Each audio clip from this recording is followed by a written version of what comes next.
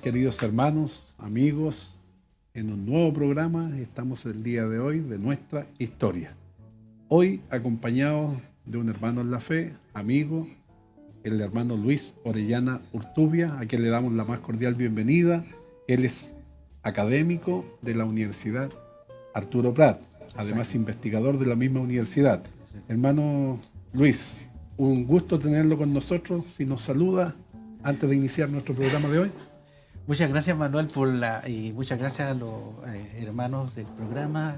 Un placer estar con ustedes aquí en esta instancia para compartir algunos momentos sobre el pasado de las iglesias pentecostales. Bueno, justamente hemos querido invitarlo, hermano Luis, para hablar acerca del avivamiento pentecostal que hubo en Chile, hablando de 1909, 1910, y bueno, tal vez traer a la memoria y decir que además usted es un prominente escritor, investigador, como lo presentábamos, y dentro de sus libros está uno que ha causado un buen impacto en el mundo evangélico en Chile, porque justamente toca este tema que se llama el libro El fuego y la nieve. Si nos puede dar un pequeño barniz de qué se trata ese libro. Bueno, gracias, Manuel, por recordarme eso. Yo vengo trabajando hace ya bastante tiempo el pasado de los pentecostales. Es decir, cuando hice mis estudios de licenciatura en teología, opté por hacer mi tesis en los primeros 24 o 25 años del pentecostalismo chileno, ¿verdad? Y me concentré básicamente en ver cómo se gestó el movimiento en Chile, ¿ya? Quiénes fueron los actores y actoras, y cuál fue o era el contexto histórico, político, económico y religioso de 1900 en adelante, hasta 1932. Yo abarco el periodo 1909-1932, ¿no? Y toda esa investigación está plasmada en el libro El fuego y la nieve, ¿eh? Que dicho sea de paso, es un libro ya agotado y es un clásico, ¿no? Sí, pero esperamos que haya una nueva reedición ahí claro, de ese libro. Sí, esperamos ampliarla. Yo siempre lo promuevo también entre mis alumnos que lo lean porque es una buena lectura de algo que todos tenemos que conocer. Entonces, si nos adentramos en el tema, bueno, la figura preponderante de este tema o de esta parte de la historia de los evangélicos en Chile es la figura de Willy Hoover. Willy Hoover, muchos lo asocian con Valparaíso, pero para sorpresa de algunos, él antes había llegado a Iquique, a la ciudad de Iquique, ya a fines del siglo XIX, fue asignado a esa ciudad, producto de esta estrategia que tenía Hudson Taylor de ir a una ciudad, puerto generalmente, donde había una fuerte población hablante del inglés, y les proponía enseñar a sus hijos y además educarlos en la fe. Para eso tenían que hacer una iglesia y al lado un colegio. Entonces Willy Hoover se vino a trabajar en Iquique a esa instancia, a ayudar, pero después que tuvo su primer periodo de vacaciones, él volvió a Estados Unidos y cuando le correspondía para retomar de nuevo sus funciones como misionero en la ciudad de Iquique, entonces se genera la vacante de Valparaíso. Y él, por lo tanto, llega a Valparaíso y ya como pastor de la iglesia metodista en Valparaíso. ¿Qué nos podrías decir un poquito de ese tema? Bueno, mira, Manuel, yo creo que el tema del pasado del pentecostalismo es relevante. Es decir, yo no concibo con la iglesia pentecostal que no conozca sus orígenes. O sea, para el tema de la identidad pentecostal, es clave conocer el pasado, los orígenes, porque una iglesia que se consolida es aquella iglesia que conoce dónde está el origen y quiénes fueron sus antepasados y conoce la trayectoria. Porque si no, de lo contrario, son personas que van deambulando por todos lados, sin identidad. Felizmente el pentecostalismo tiene una identidad que está anclada en los hechos y acontecimientos que ocurrieron en Valparaíso entre el año 1902 y 1909, donde se incuba, se genera, se origina el avivamiento pentecostal que nosotros conocemos. Ahora, la pregunta sería, ¿por qué nos debemos interesar hoy en el pasado? De hechos y acontecimientos que ocurrieron hace ya más de un siglo. Yo creo que pasado y presente siempre están en una relación dialéctica. No es posible hablar del pasado sin saber en qué situación estamos hoy y por qué hoy nos preocupa el pasado, ¿ya? Entonces, eso yo pienso que en este momento es urgente, ¿ya? Conocer el origen del pentecostalismo, porque hoy, 2023, el pentecostalismo chileno atraviesa por una profunda crisis de identidad. Fuga de miembros, disminución de feligresía, crisis, que ya en algún momento vamos a hablar, divisiones, etcétera, etcétera, escándalos. Entonces, ¿fue así al principio? No, no fue así al principio. ¿Ya? Bueno, todo tiene su contexto histórico, Luis, y claro, justamente a veces uno se va por espiritualizar todo y solamente focalizarse en lo que pasó dentro de la iglesia.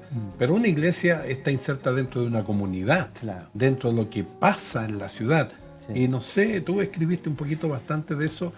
¿Cómo era la sociedad de esa época que mencionas tú, cuando Hoover llega a Valparaíso en 1902, hasta que ya surge el avivamiento pentecostal en 1909? Un pequeño resumen de lo que era la sociedad de esa época. Claro, la sociedad chilena en 1909, 1910 era una sociedad que recién iba a cumplir 100 años de vida independiente. El 50% de la población no sabía leer ni escribir, ¿ya? La religión predominante y oficial era la religión católica, que había llegado acompañando al conquistador español, ¿ya? Y legalmente la única religión que se podía practicar en público era la religión católica. Y por otro lado estaban los protestantes que habían llegado, si damos una mirada sociológica, acompañando el capital británico primero y el capital inglés, el norteamericano. Es decir, los primeros cristianos que llegan son ciudadanos británicos que vienen por razones comerciales, claro, ¿ya?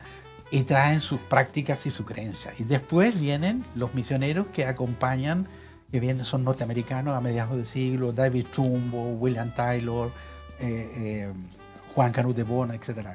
Entonces, es por un lado. Y por otro lado están en el sur los colonos alemanes, porque hubo a partir de a mediados del siglo, surge la necesidad de colonizar el sur, una parte del sur de Chile.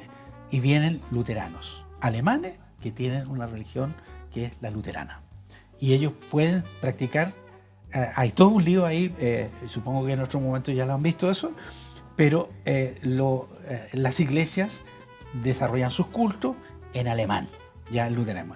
En el caso de los ingleses, los británicos, en inglés, de tal manera que los cultos se hacían en inglés, en alemán y en el caso de la católica, en latín. En latín.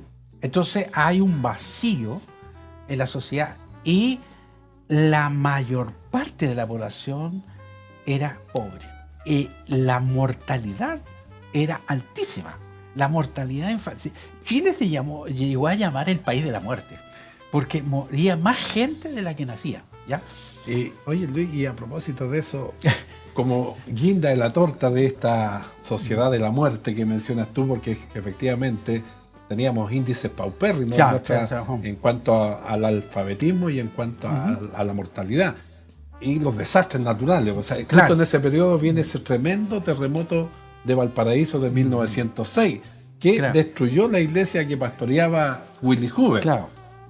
Y ahí, bueno, se crea algunas cosas que se han heredado hasta el día de hoy, porque como quedó sin iglesia, la iglesia destruida, él tuvo que distribuir su gente por los grupos de los cerros, lo que hoy día se llaman las clases en el mundo metodista pentecostal, y los encargados de las clases, los encargados de obra. ¿Ya? Y bueno, ya adentrándonos al tema para que no nos pille el tiempo y poder hablar del avivamiento pentecostal, bueno, pasaron los años de 1906 hasta llegar al 31 de diciembre de 1908, cuando iban a celebrar la noche de Año Nuevo con la iglesia, pero con una doble, diríamos, celebración. Por un lado, está recibiendo, como lo hacen hasta el día de hoy muchas iglesias metodistas pentecostales, el 31 de diciembre a las 12 de la noche, recibiendo el nuevo año, dándole el abrazo al Señor, pero además inaugurando el nuevo templo que había construido Willie Hoover. Pero Manuel, mira, es importante no perder de vista que la gran masa chilena era gente pobre. El bajo pueblo era muy grande.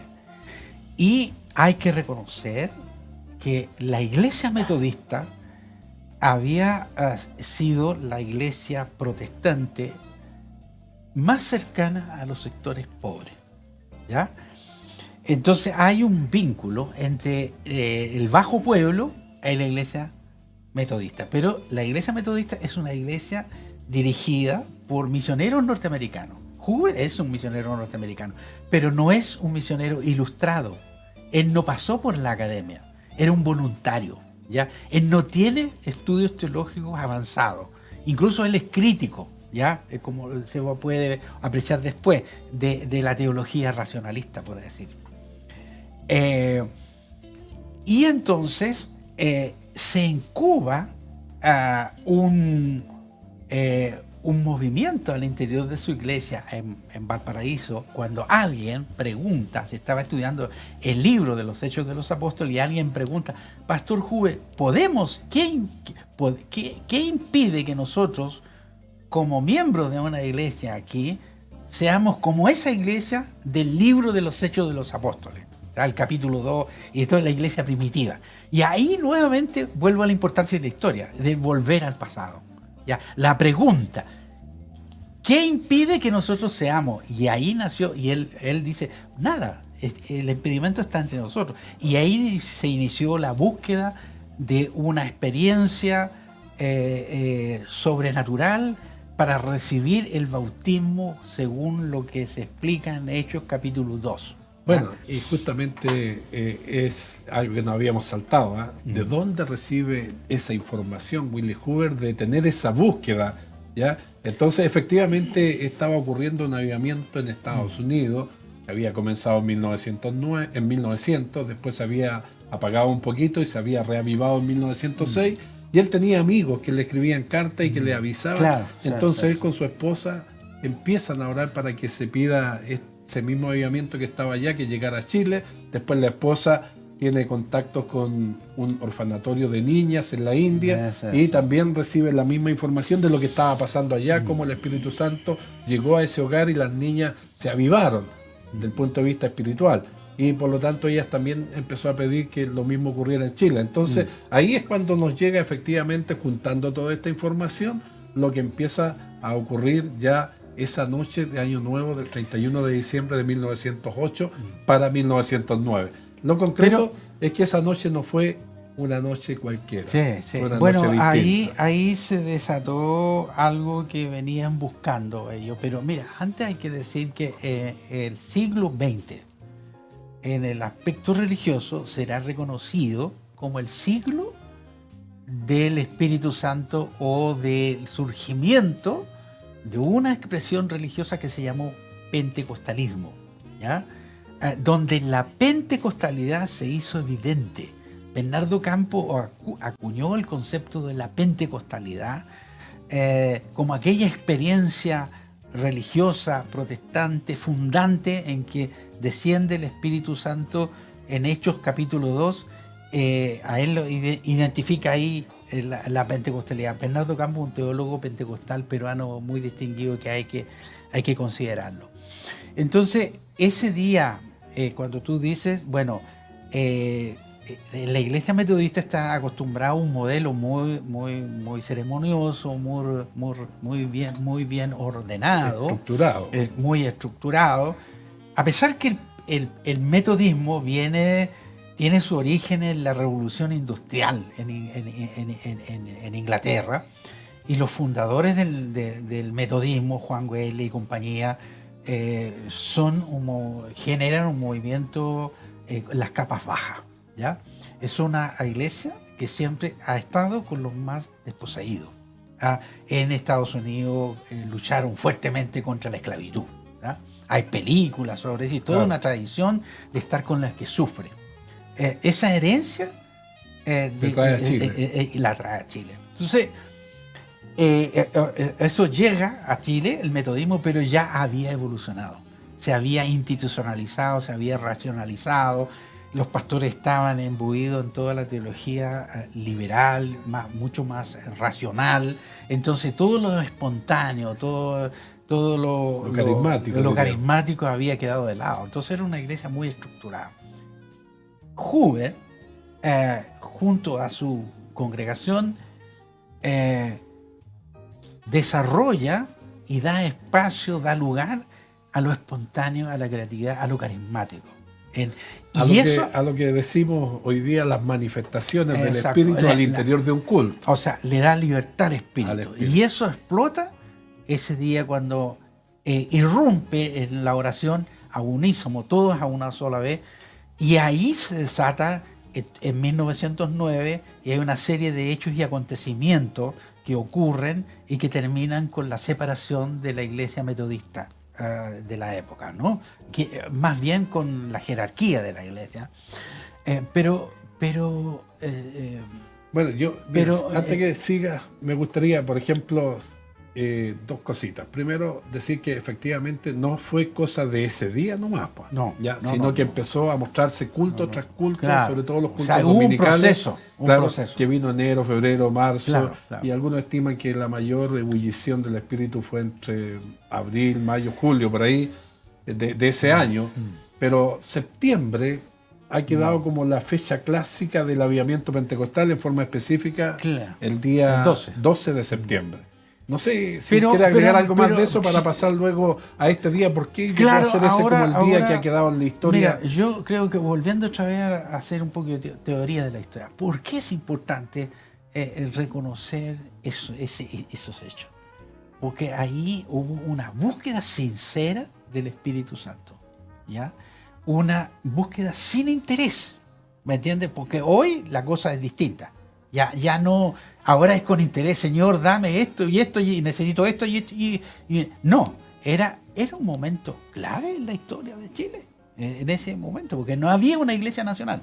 ¿Ya? Bueno, entonces, y antes que siga, se me viene a la memoria también, porque mucha de esta información la escribió Willie Hoover en un diario de vida, que se llama Historia del Avivamiento Pentecostal, que es como una autobiografía. Y él cuenta muchos testimonios de personas que fueron justamente las que mencionabas tú, de esas con muchas carencias, con muchas necesidades, de las clases bajas, que llegó el Evangelio, le cambió la vida, le transformó la vida y pudieron subir de nivel, y en ese aspecto la familia se vio favorecida. Pero una cosa que es muy característica de los avivamientos pentecostales, porque si hoy día hablamos de pentecostalismo, entre los pentecostales todos saben que es como un culto muy bullicioso, pero también en este caso la historia nos refleja que los avivamientos generan muchas conversiones en masa. Y de hecho, Willie Hoover, yo estaba en la iglesia metodista de Valparaíso, donde hemos visto físicamente los libros de registro, y por ejemplo, de 200 miembros que habían al comienzo del año, subió a 1000 miembros más o menos en el mes de julio. Entonces está el registro histórico de que hubo un crecimiento exponencial en las conversiones de nuevos creyentes en todo ese año 1909. Claro, pero eso Manuel, se produce porque se abre una puerta y son los líderes, porque es el Espíritu Santo que actúa a través de las personas sencillas. Es el mundo de los pobres que irrumpe al interior de la iglesia metodista. Ese pueblo analfabeto, ignorante, tiene por fin un espacio en una congregación protestante, es decir, en este caso metodista. Y Hoover abre las puertas, deja la libertad del espíritu, y aparece la catarsis, es decir, religiosa, es decir, dar lugar a la espiritualidad. Pero lo importante, para Hoover era todo muy extraño, pero él siguió, ¿sabes por cuál criterio? Y eso a veces nosotros lo perdemos de vista. Eran los buenos frutos de las personas, independientemente si hablaba en lengua, danza, lo que sea, pero él vio que en las personas se producía un cambio en la forma de vida. Es decir, hay un antes y un después en la biografía de los que se convierten. Y crece y crece y crece, porque hay un lugar en la comunidad religiosa en que le permite a otro traer a otra persona. Es decir, líderes intermedios son los predicadores que van por los cerros compartiendo el fuego del Espíritu Santo, que significa cambio de vida, ¿ya? El ser bautizado con el Espíritu Santo podía significar o no podía significar hablar en nuevas lenguas o danza, ¿no? Porque las danzas vienen después, sino que había un cambio de vida y un interés por compartir de boca en boca el mensaje de salvación, ¿ya? Porque la Iglesia Católica era una iglesia manejada por un sector privilegiado de la sociedad, y la gran masa, el pueblo pobre, vivía, imagínate los cultos en latín, ¿ya? Sí, la Iglesia Católica cambió después del Vaticano II, ¿ya? Claro. Entonces, la mayor parte de la gente vivía su fe católica en torno a las fiestas religiosas y la adoración de los santos. Cada persona tenía su propio santo a quien le hacía una manda. De tal manera que, y por otro lado está la iglesia que hacían los cultos en inglés, en alemán, ¿ya? Entonces aquí se abre una puerta. Por eso es muy importante, quienes predican el Evangelio, escuchar al otro. No solamente meterle cosas, ¿no? Es decir, hay que escuchar su sufrimiento, sus esperanzas. Y lo que hoy necesitamos es justamente eso, ese espíritu que hubo ahí, ¿cómo traerlo? No, yo siempre estoy escuchando que viene un avivamiento. No, si el avivamiento empieza ya ahora, cambiando nuestra actitud de cómo vemos el Evangelio. Si hoy día estamos inmersos en una sociedad capitalista donde lo que vale son los bienes materiales, ¿ya? Entonces, bueno, a Dios hay que pedirle cosas, autos, vacaciones, esto, una buena... en ese tiempo no fue así. Entonces, ahora es importante valorar el espíritu que había ahí comunitario, de solidaridad entre ellos, porque los hermanos se visitaban, compartían lo que tenían. Y eso como que ahora se ha ido perdiendo, ¿ya? Ahora, Luis, si... Perdón, lo del 12 de septiembre. Sí, eso te iba a comentar, que avanzando a septiembre de ese año, y hay dos preguntas en una para ver si seguimos desarrollando este tema. Una es la institución, hablando de la Iglesia Metodista, porque a veces los que no han leído piensan que esto ocurrió en toda la Iglesia Metodista, pero no, esto ocurrió en una sola congregación, que era la de Valparaíso. Y cuando ya se quiere ramificar hacia Santiago, y ahí entra el 12 de septiembre, se generan ciertas complicaciones que finalmente van a terminar posteriormente en la ruptura, saliendo un grupo de creyentes de esa iglesia y conformando lo que hoy día se llama la Iglesia Metodista Pentecostal. A ver, ¿qué pasó el 12 de septiembre? Bueno, el 12 de septiembre es un hecho inédito, porque la hermana Elena, que era una persona joven, una mujer joven, que los hermanos Huber habían criado en su casa un tiempo, tenía revelaciones y manifestaciones del Espíritu, y viaja a Santiago, y acá en Santiago los pastores le impiden hablar porque era para ellos era una persona que no era de la confianza de los misioneros norteamericanos. ¿Qué ocurría al interior de la Iglesia Metodista? Mira, la Iglesia Metodista, para poder entender ese fenómeno, el proyecto misionero de William Taylor era un proyecto que él implantó sin el apoyo oficial de la Iglesia Metodista en los Estados Unidos. Fue un tipo que creía en la autosostén, ¿ya? Entonces, la Iglesia y el colegio para financiar la Iglesia y no depender de afuera. Claro.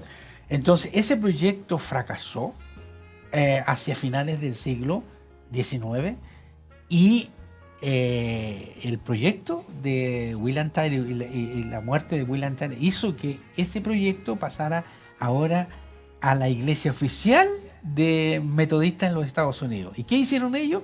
Retiraron todos los obreros voluntarios que había reclutado William Taylor, excepto Huber. ¿ya?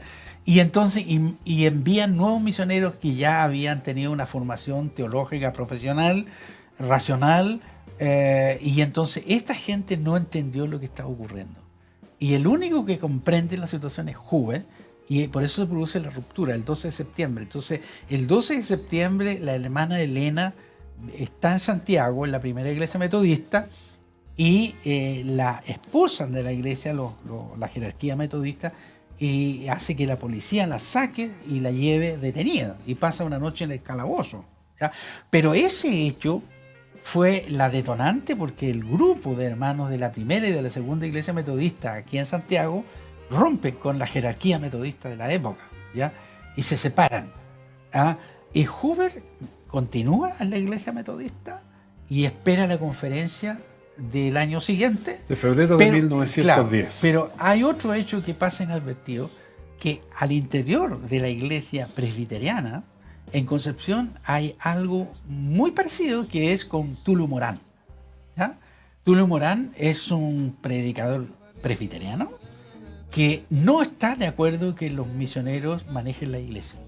Y hay una ruptura.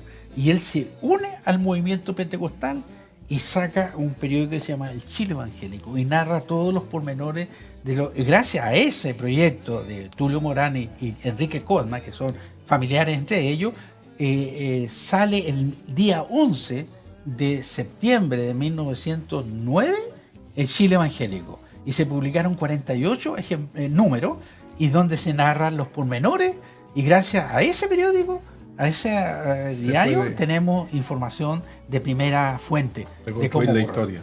Bueno, Luis, muchas gracias. Se hace corto el tiempo cuando uno quiere hablar y dar justamente todos los detalles, pero tendremos la ocasión de compartir en otro programa para seguir viendo lo que pasó posterior a esta primera década del siglo XX, que era entre 1900 y 1910, ya cerca de 1910 el avivamiento pentecostal. Agradecerle también a todos los hermanos, amigos que se conectan y que pueden mirar este programa, que espero que sea de interés para cada uno de ustedes y de ir aprendiendo un poquito más de nuestra historia. Que Dios les bendiga, un gran abrazo para cada uno de ustedes.